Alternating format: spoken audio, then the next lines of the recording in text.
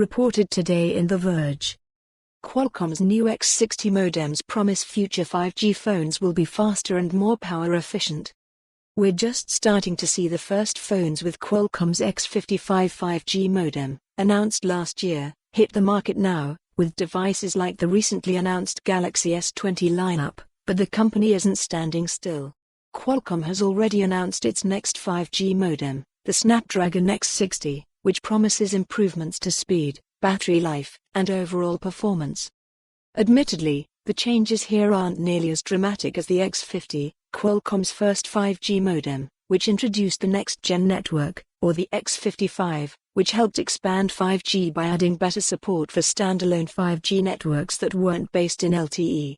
Instead, the X60 is designed to combine and leverage existing 5G technologies in subtler ways. Specifically, Qualcomm is highlighting the capability for sub-6 GHz and wave aggregation, i.e., connecting to both sub-6 GHz and wave at the same time for faster and more reliable speeds. There's also sub-6 GHz carrier aggregation, utilizing more chunks of spectrum at the same time, which promises to improve speeds for the slower version of 5G. The Snapdragon X60 also adds support for running voice calls over the 5G network, instead of using LTE or even older networking standards for cellular audio. These aren't really new technologies, per se. Things like carrier aggregation have already been used for years to improve LTE speeds, but the addition of support for them with 5G could help lay the groundwork for those technologies going forward.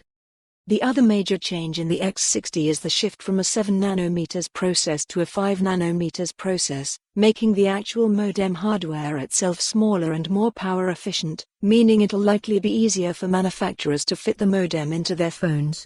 Qualcomm also announced a new QTM 535 wave antenna to go with the new X60, which it says is smaller than the QTM 525, which is apparently large enough that Apple is having issues fitting the antennas in its upcoming 5G iPhone, according to a report.